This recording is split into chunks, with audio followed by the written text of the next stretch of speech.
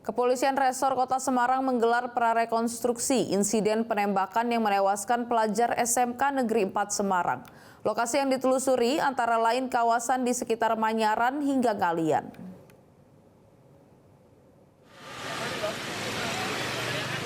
Ini polisi menghadirkan 4 orang pelaku tawuran yang saat ini sudah ditetapkan sebagai tersangka.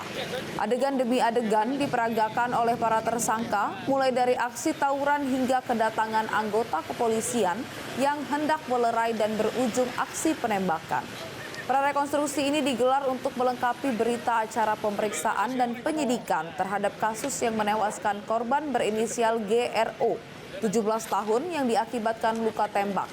Selain itu, fakta di lapangan ini juga nantinya akan dijadikan dasar untuk menentukan hasil pemeriksaan yang dilakukan Bitpropam Polda Jawa Tengah terhadap pelaku penembakan. Oknum polisi pelaku penembakan saat ini tengah dalam pemeriksaan Paminal Bitpropam Polda Jawa Tengah. Tentunya anggota yang melakukan upaya tindakan kepolisian itu harus dapat mempertanggungjawabkan perbuatannya. Bertanggung jawab dalam bentuk arti apa? Setiap penggunaan alat dan sebagainya dia harus dapat bertanggung jawab. Apakah dia sudah melaksanakan sesuai dengan SOP atau dia melanggar? Ini nanti sedang dilakukan pendalaman oleh Paminal dari Propam.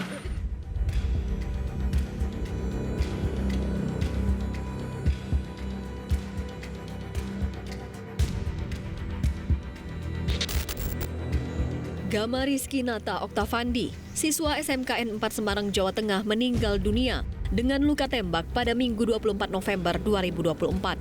Selain Gama, satu siswa lain yang saat kejadian bersama Gama berinisial S juga mengalami luka tembak di bagian tangan dan masih menjalani perawatan di RSUP Dr. Karyadi Semarang.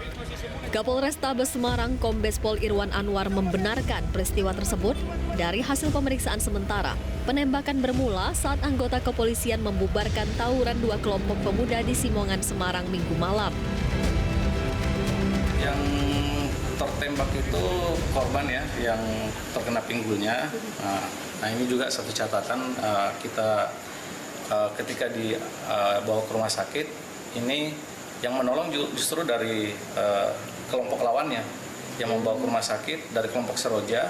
Makanya kemudian plus yang anggota kita ini yang membawa ke rumah sakit Karyadi. Penanganan terhadap ketiga peristiwa ini saat ini sedang kita dalami, kita ungkap siapa saja yang terlibat. 12 orang dari 2 kelompok pemuda yang terlibat tawuran telah diperiksa. Dari penyelidikan awal polisi, Gama disebut menjadi anggota salah satu kelompok yang terlibat tawuran.